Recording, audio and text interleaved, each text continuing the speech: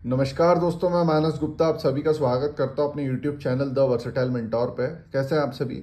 आशा करता हूं आप सभी बहुत अच्छे होंगे, अपनी तैयारी जोर शोर से कर रहे होंगे। आप सभी को पता है कि एक कॉन्सेप्ट रिवीजन के लिए हमने सीरीज चालू करी है। मैंने बोला है आपको 50 कॉन्सेप्ट मैथ्स के, 50 इंग्लिश के दूंगा और आप देख लेना कि लगभग 40% क्वेश्चन इसी में से आएंगे, है ना। आप बोलोगे भैया पूरा सिलेबस ही करा दोगे। आप सिलेबस नहीं करा रहा हूँ, बहुत इंपॉर्टेंट चीज़ें निकाल के दे रहा हूँ आपको। आपको एक चीज़ ध्यान रखनी है, जो मैं जितनी भी वीडियो बना रहा हूँ इसमें जो भी कॉन्सेप्ट आपको बता रहा हूँ ना, उसको एक कॉपी में लिखते चलो और डेली रात को सोने से पहले ना इस कॉपी को पढ़ा करो। अपने आप तुम्हारे दिमाग में सारी चीज़ें फिट हो जाएगी। समझ में आ रही है तुमको बात? कल अपन ने एंगल बाइसेक्टर के ट्रायंगल के 3-4 नियम पढ़े थे और आज अपन एंगल बाइसेक्टर के 3-4 नियम पढ़ेंगे। बस ये 6 नियम बहुत होते हैं एंगल बाइसेक्टर के लिए, इससे बाहर क्वेश्चन नहीं जाना चाहिए। 2 थियरम और बची हुई है इंपॉर्टेंट वाली, वो और बता दूंगा आपको। वीडियो के अंत तक रहना, एंड में आपको एक खजाना देने वाला हूँ। 100% उसमें से एक क्वेश्चन हर शिफ्ट में बसता ही है, तो ध्यान से देख लेना दोस्तों। Angle bisector of a triangle. सबसे पहले तो किसी भी एंगल बाइसेक्टर का मतलब क्या होता है कि एक ऐसी लाइन जो उस कोण को दो बराबर भागों में बांट दे, या उस एंगल को दो इक्वल पार्ट्स में बांट दे। जैसे कि आपको यहाँ पे दिख रहा होगा, ये जो एडी है ये हमारा एंगल बाइसेक्टर है और ये इसने एंगल ए को काट दिया। अगर ये पूरा 60 होता तो ये 30 हो जाता, 30 हो जाता। अगर ये पूरा 120 होता तो ये 60 हो जाता, ये 60 हो जाता। अगर इस साइड की लेंथ सी है, इस साइड की लेंथ बी है, इसकी लेंथ एम है, इसकी लेंथ एन है और ये जो बाइसेक्टर डाला है इसकी लेंथ डी है, तो आपको ध्यान रखना है दोस्तों कि डी स्क्वायर की वैल्यू होती है B C minus M N. ठीक है, प्रूफ करके बता सकता हूँ मैं। आप लोग ये मत सोचना है कि भैया आप टीचर तो हो नहीं। भाइयों ऐसा है, आइसो वो कॉन्ग्रुएंसी और सिमिलैरिटी दो चीज़ें होती हैं, और रेशियो, इन तीनों से ये सारी चीज़ें प्रूफ हो जाती जितनी मैं आपको बता रहा हूँ। लेकिन हमारे एग्जाम पॉइंट ऑफ व्यू से ये इंपॉर्टेंट नहीं है कि प्रूफ कैसे है। सीधे सीधे आपको एक अक्षर में बोल रहा हूँ, रट लो इनको। रटने का तरीका भी मैंने बता दिया। ये ऐसी की ऐसी फोटो जो है वो आपकी कॉपी में छाप लेना है आपको, और डेली रात को सोने से पहले आपको ये कॉपी पढ़ना है। ये बहुत इंपॉर्टेंट कॉन्सेप्ट है, ये बहुत सारे पेपर में आता है। आपको एकदम क्लिक नहीं होगा, जब फोटो बना के जब ये सब लिख लोगे ना, तब आपको एकदम ध्यान आएगा कि भैया ने पढ़ाया था और ये कॉन्सेप्ट जो है ये काम आएगा यहाँ पे। समझ में आ गई आपको बात? इसी प्रकार से एक और कॉन्सेप्ट देखो, नीचे फोटो सेम टू सेम दिख रही होगी, है ना। रंगोली मेरी थोड़ी खराब है इसलिए थोड़ा लाइन वाइन आड़ी टेढ़ी हो रही है, देख लेना उसको।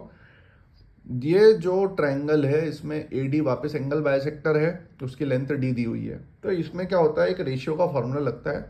सिंपल सा फॉर्मूला है, A B upon B D equal to A C upon D सी।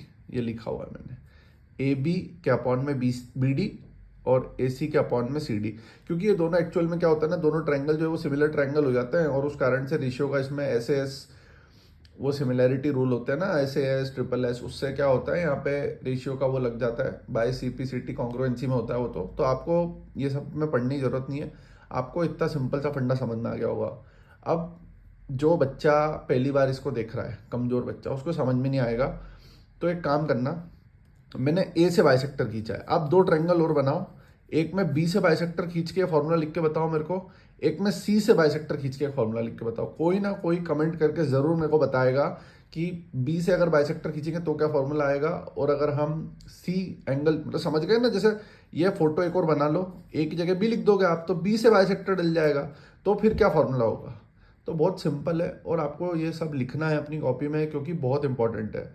अब हम बढ़ते हैं हमारे खजाने की तरफ, जो थोड़ा सा टफ भी है, लेकिन पक्का इसमें से एक क्वेश्चन एग्जाम में फंसेगा, जिसका नाम है राइट एंगल ट्रायंगल। एसएससी को पता नहीं इस ट्रायंगल से बहुत ज़्यादा प्यार है, और एसएससी इसलिए स्पेसिफिकली इस पर बहुत ज़्यादा फोकस करती है। ठीक है, आपको साफ साफ दिख रहा होगा। पहली फुर्सत में जब भी आपको बोला जाता है राइट एंगल ट्रायंगल बनाने का, ऐसा ही हम बनाते हैं। मैंने क्या करा, बी से डी एक परपेंडिकुलर डाल दिया ए सी पे। परपेंडिकुलर का मतलब क्या होता है दोस्तों, कि बी से एक ऐसी लाइन डाल दी जो एसी के ऊपर 90 डिग्री का एंगल बना रही है। आपको दिख भी रहा होगा। क्या ये एंगल बाइसेक्टर है? नहीं, एंगल बाइसेक्टर अलग चीज होती है, परपेंडिकुलर अलग चीज होती है। अब हमें नहीं पता कि अगर ये पूरा एंगल 120 था तो ये कितना होगा और ये कितना होगा। निकालने के बहुत सारे तरीके होते हैं अलग अलग, लेकिन एंगल बाइसेक्टर अलग चीज होती है और परपेंडिकुलर अलग चीज होती है। अच्छा, एक परपेंडिकुलर बाइसेक्टर भी होता है, वो भी अलग चीज है। समझ में आ गई आपको बात? कंफ्यूज मत होना। मैंने सिंपल शब्द बोला आपको कि मैंने एक परपेंडिकुलर बी से डी पर डाली। जब भी ये परपेंडिकुलर में डालता हूं तो आप समझ लो इधर ध्यान से।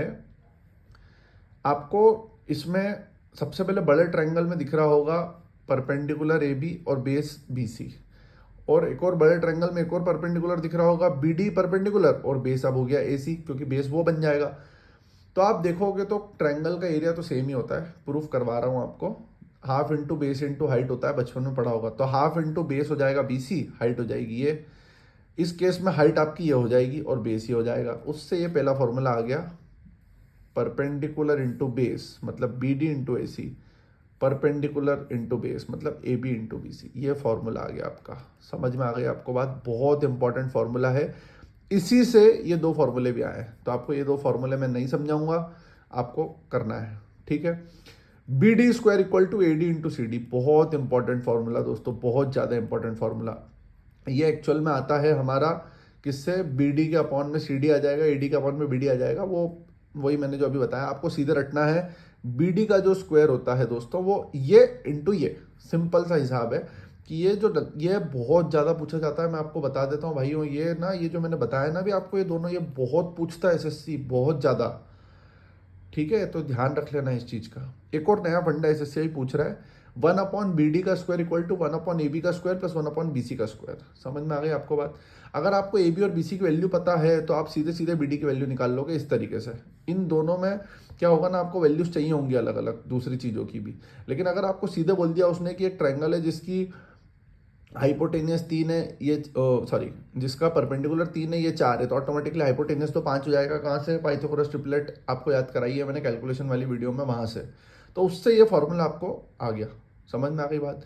इसके करस्पॉन्डेंस में ये दो फॉर्मूले हैं, ठीक है। एक फॉर्मूला ये याद रख लेना, AB के स्क्वायर अपॉन BC का स्क्वायर इक्वल टू होता है AD इंटू CD। मतलब ये जो इसका स्क्वायर अपॉन इसका स्क्वायर जो है, ये हो जाएगा AD अपॉन में CD। ये भी एक डेरिवेशन होता है, आपको नहीं याद करना है भाई। ये सारे फॉर्मूले लिख लेना, मैं गारंटी दे रहा हूँ। अगर नहीं आए ना इन जो मैंने पढ़ाया अभी 2 दिन में क्वेश्चन, तो आप बोलना मेरे को। मैं गारंटी का मतलब लिख के नहीं दे रहा हूँ, लेकिन 100% आपका रिविजन हुआ होगा इससे। PDF डलवा देता हूँ, प्लीज़ सारे क्वेश्चन निपटा लेना, इनको कॉपी में नोट कर लेना, ठीक है। अगर नहीं पढ़ोगे तो सिलेक्शन नहीं होगा, चाहे कितना भी रोते रहो। Thank you so much, love you all, bye दोस्तों।